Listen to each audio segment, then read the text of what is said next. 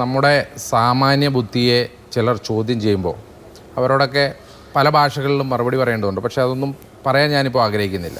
അപ്പം ഞാനതിനകത്ത് ഏറ്റവും ലളിതമായ ഒരു ചോദ്യം ചോദിച്ചാൽ, ഇപ്പോൾ ഒരു SFIക്കാരനെ SFIയുടെ യൂണിറ്റ് സെക്രട്ടറിയും പ്രസിഡൻറ്റും കോളേജ് യൂണിയൻ പ്രസിഡൻറ്റും കൂടി തല്ലിക്കൊന്നു എന്നാണോ നിങ്ങൾ ഉദ്ദേശിക്കുന്നത്?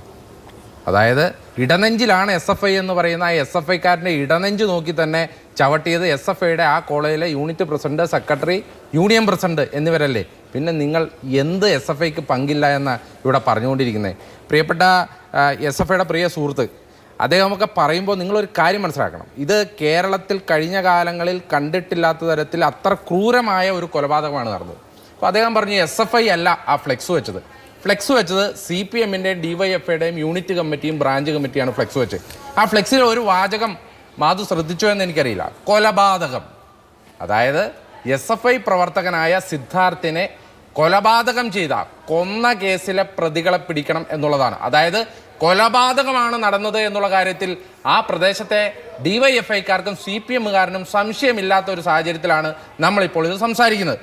രണ്ട്, ആ കോളേജിൽ നടന്ന വിഷയം. ഇപ്പോൾ അവിടുത്തെ യൂണിയൻ ആരാണ് മാധു? അത് SFIയുടെ യൂണിയനാണ്. അവിടുത്തെ ഭൂരിഭാഗം അധ്യാപകരുമാരാണ്? ഇവരുടെ അധ്യാപക സംഘടന നേതാക്കന്മാരാണ്. എന്നിട്ട് 16-ാം തീയതി പോലീസിൻ്റെ പോസ്റ്റ്മോർട്ടം റിപ്പോർട്ട് അനുസരിച്ച് 3 ദിവസമായി ഈ ചെറുപ്പക്കാരനെ അതിക്രൂരമായി ആ കോളേജിൽ വെച്ച് മർദ്ദിച്ചുകൊണ്ടിരിക്കുകയാണ്. SFI പ്രവർത്തിക്കുന്ന ഒരു ക്യാമ്പസിൽ നിങ്ങളെന്നെ മാങ്ങ പറിക്കാൻ പോയായിരുന്നോ? 3 ദിവസമായിട്ട് ഒരു ചെറുപ്പക്കാരനെ അതിക്രൂരമായി മർദ്ദിച്ചിട്ട് നിങ്ങൾ എന്തുകൊണ്ട് അതിൽ ശ്രദ്ധിച്ചില്ല? ഒന്ന്. ഇനി രണ്ട്, ഹോസ്റ്റലിൽ SFIക്കാർ ഭരിക്കുന്ന ഹോസ്റ്റലാണ്. ആ ഹോസ്റ്റലിന്റെ നടുമുറ്റത്ത് 100 കണക്കിന് വിദ്യാർത്ഥികൾ നോക്കി നിൽക്കുമ്പോൾ ഒരു ചെറുപ്പക്കാരനെ നഗ്നനാക്കി നിർത്തിക്കൊണ്ട് അവനെ ബെൽറ്റ് അടിച്ച്, ഒരു ബെൽറ്റിനടിച്ച് ആ ബെൽറ്റ് പൊട്ടി, രണ്ടാമത്തെ ബെൽറ്റിനടിച്ച് ആ ബെൽറ്റ് പൊട്ടി, അവിടെ ബോധം കെട്ട് വീണവന്റെ നെഞ്ചിലേക്ക് കാല് വെച്ച് ചവിട്ടിയപ്പോൾ നിങ്ങളുടെ SFIക്കാരൊക്കെ ഏത് ദുനിയാവിൽ, ഏത് പ്രത്യയശാസ്ത്രത്തിൽ വിശ്വസിച്ചുകൊണ്ടിരിക്കുകയായിരുന്നു? അപ്പോഴും SFIക്കാരനൊരു പങ്കുമില്ല. അതും കഴിഞ്ഞ് 15 കഴിഞ്ഞ് 16-ന്റെ ആക്രമണം കഴിഞ്ഞ് 17-ന്റെ ആക്രമണം കഴിഞ്ഞ് 18-ാം തീയതി ആ ചെറുപ്പക്കാരൻ ഉച്ചയ്ക്ക് അവിടെ കൊലപാതകം കൊന്നു കഴിഞ്ഞ്, അല്ലെങ്കിൽ ആ ചെറുപ്പക്കാരൻ ദുരൂഹ സാഹചര്യത്തിൽ അവിടെ മരിച്ചു കഴിഞ്ഞപ്പോൾ അപ്പോഴും ഈ SFIയുടെ യൂണിറ്റ് കമ്മിറ്റിയോ SFIയുടെ ജില്ലാ കമ്മിറ്റിയോ നിങ്ങൾ എവിടെ പോയി കിടക്കുകയായിരുന്നു?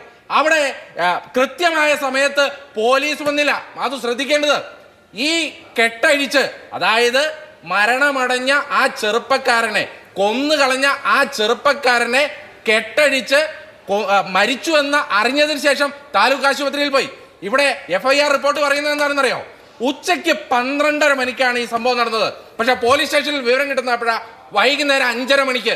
5 മണിക്കൂർ ഈ കോളേജ് ഭരിച്ചുകൊണ്ടിരിക്കുന്ന SFIക്കാരും അവിടുത്തെ അധ്യാപകരും എന്ത് നോക്കിയിരിക്കുകയായിരുന്നു? അതും കഴിഞ്ഞാണ് നാടകം നടക്കുന്നത്.